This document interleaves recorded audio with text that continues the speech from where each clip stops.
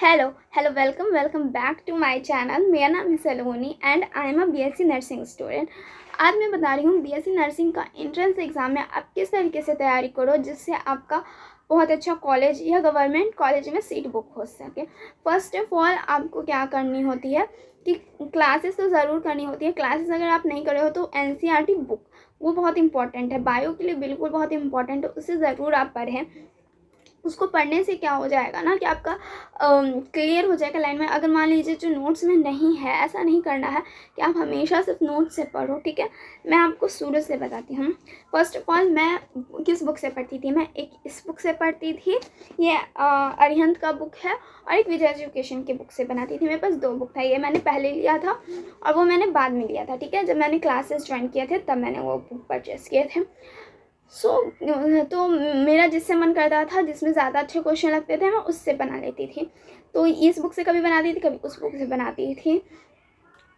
तो बेसिकली बात क्या है ना कि question banana is not important, क्योंकि क्वेश्चन देखिए आपके ये जो मतलब question banana is most important नहीं, मोस्ट इम्पॉर्टेंट है, लेकिन आपको रिवीजन होनी चाहिए इस तरीके से नहीं। क्योंकि बहुत सारे स्टूडेंट्स क्या करते हैं, मेरी फ्रेंड का बात है कि बहुत सारे स्टूडेंट करते क्या है कि ऑब्जेक्टिव क्वेश्चन है तो आपके पास ज़्यादा बुक है तो वो क्या करते हैं, आंसर लगा करके याद करते चले जाते हैं।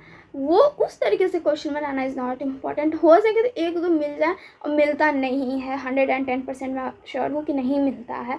आप जो थ्योरी पढ़ के जाओगे, कॉन्सेप्ट पढ़ के जाओगे, कॉन्सेप्ट बहुत इंपॉर्टेंट है। कॉन्सेप्ट पढ़ने के बाद अगर क्वेश्चन खुद से बना रहे हो, खुद से बन रहा है, तो वो इम्पॉर्टेंट है। आपको क्वेश्चन खुद से बनाना है। पहले आप कॉन्सेप्ट पढ़ो, खुद से पढ़ो, सर पढ़ा रहे हैं या फिर किसी से भी वन शॉट से पढ़ रहे हो, जिससे भी पढ़ रहे हो, पहले कॉन्सेप्ट पढ़ो। अगर नोट्स बना रहे हो या पीडीएफ है तो उससे पहले रिवीजन करो, फिर बुक को थोड़ा बहुत देख लो। बुक देखने से क्या होगा ना कि आइडिया मिल जाएगा कि हाँ ये पॉइंट है। फिर क्वेश्चन बना सकते हो। मान लो अगर आप बुक नहीं भी रीड कर रहे हो एनसीईआरटी, तो आप पहले क्वेश्चन बनाओ। क्वेश्चन बनाने के बाद आपको पता चल जाएगा कि आप कितने पानी में हो, कितने ऊपर हो। उसके बाद आप क्वेश्चन बनाने के बाद आप बुक पढ़ो, और बुक पढ़ने के बाद तब आपको हेडलाइन याद आएगा, ओहो ये क्वेश्चंस तो बुक में थे, ये पॉइंट यहाँ से आया है, ये क्वेश्चन उस बुक में इस पॉइंट पे थे।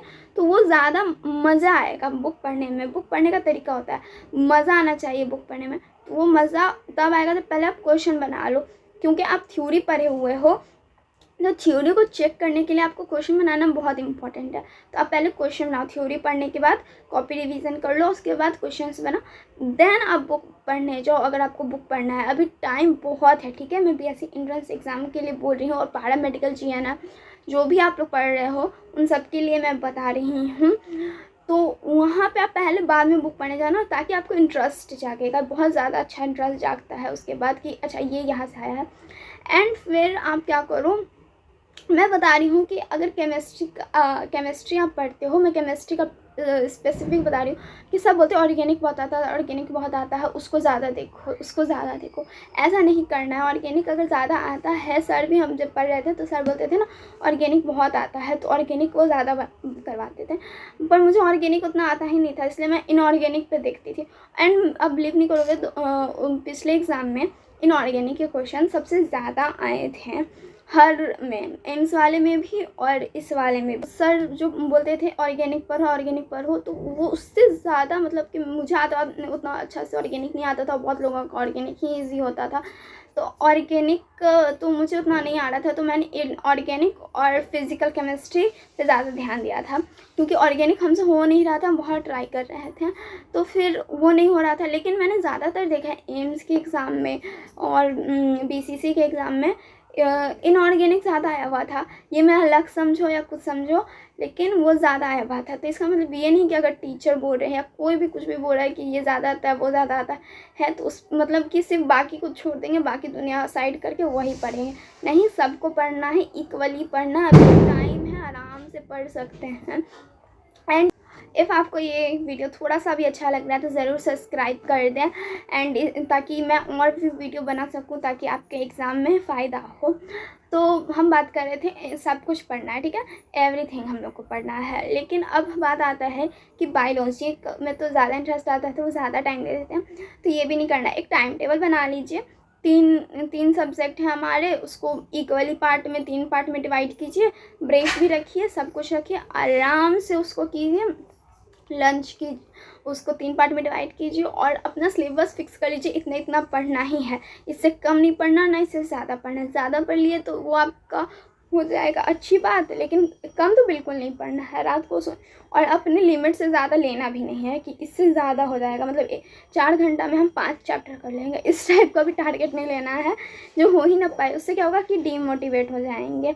और ये मैं भी करती थी, मैं ज़्यादा ले लेती थी, मतलब 4 घंटा में 2 चैप्टर इन डिटेल विथ नहीं 1 चैप्टर डिटेल में क्वेश्चन कर लेंगे, सब कुछ कर लेंगे। वैसे नहीं होता है, एक पर्टिकुलर आपको अपने कैपेसिटी के हिसाब से फिर टाइम टेबल बनाना पड़ता है। मेरी क्या गलती हुई थी, मैं मॉडल पेपर नहीं बनाती थी, क्वेश्चन बनाती थी, सारे क्वेश्चंस बनाती थी, रिवीजन करती थी, सब कुछ करती थी। मैं टाइमर सेट करके वो जो मॉडल पेपर होते हैं या फिर जो होते हैं पेपर्स प्रीवियस ईयर, वही नहीं करती थी। मतलब प्रीवियस ईयर में करती थी, वो तो साथ ही में आ जाते थे ना, ये जो मैं ऑब्जेक्टिव बनाती थी चैप्टर वाइज उसी में आ जाते थे, पर मैं प्रीवियस ईयर नहीं करती थी। सबसे बड़ा ब्लंडर मैंने वहीं किया। आपको प्रीवियस ईयर ज़रूर, मतलब कि टाइम सेट करके, जैसे जितने भी देर के हमारे होते हैं उतना देर का अलार्म सेट करके रख देना, सेट करके आप उसको रख दें, आपका वो काम आएगा। ठीक है, टाइम सेट करें और फिर अपना जैसे कि वहाँ पे देते हैं ना कि मम्मी पापा को बोलते कि नो डिस्टर्बेंस, क्योंकि हम ये कर रहे हैं तो अब हमको कोई डिस्टर्ब नहीं करेगा, मैं एग्ज़ाम दे रही हूँ। तो उस तरीके से आपको करना पड़ेगा और उसमें जितना रिजल्ट आएगा वही बेस्ट होगा। विजय एजुकेशन का टेस्ट भी दें, लेकिन जो खुद से देंगे आप वो टाइम सेट करके, वो बेस्ट होगा। आपको वो ज़रूर करना है और जितना ज़्यादा हो सके वो करना है, ये ज़रूर है, ये इम्पॉर्टेंट है। ठीक है, ये मेरे से मिस्टेक हुआ था और मैं नहीं चाहती हूँ कि आपसे भी हो। और पता है विजय एजुकेशन का भी टेस्ट होता था ना, जो सर का टेस्ट होता था, उसमें मैं क्या करती थी कि बना रही हूँ, मुझे काम आया, मैं पॉज की और चली गई, और टाइमिंग उसमें चल रहा होता था या रुका होता था, मुझे कुछ समझ ही नहीं आता था। एंड मेरे मार्क्स तो आ जाते थे ठीक ठाक, लेकिन वही फिर प्रॉब्लम हो जाता था कि क्या करें, मतलब तो समझ ही नहीं आया, टाइम से पार ये वो। तो आपको क्वेश्चन बनाने में, सब कुछ करने में दिक्कत आ सकता है ना, तो वो आप ज़रूर करें। और जो एम्स का तैयारी कर रहे हैं, एम्स में बहुत लोग आप लोग में से देने वाले होंगे बीसीसी के अलावा भी, तो वो लोग थोड़ा कर्सर चलाना ज़रूर ट्राई कर ले कि हाँ मेरे से कैसे चल रहा है, क्योंकि वहाँ पे मैंने देखा बहुत स्टूडेंट को दिक्कत होता है, बहुत ज़्यादा होता है। मैंने कितने की हेल्प की है, पर जिन्हें नहीं आता वो थोड़ा सा ना सीख ले, क्योंकि उसके कारण उनका आंसर गलत हो जा रहा था। तो दैट्स वाई। और अगर आपको मेरा वीडियो अच्छा लगा, मेरे इन्फॉर्मेशंस अच्छे लगे, तो do like share and subscribe. और जो भी डाउट हो, थोड़ा सा भी डाउट हो, तो आप कमेंट कर सकते हैं। Please subscribe.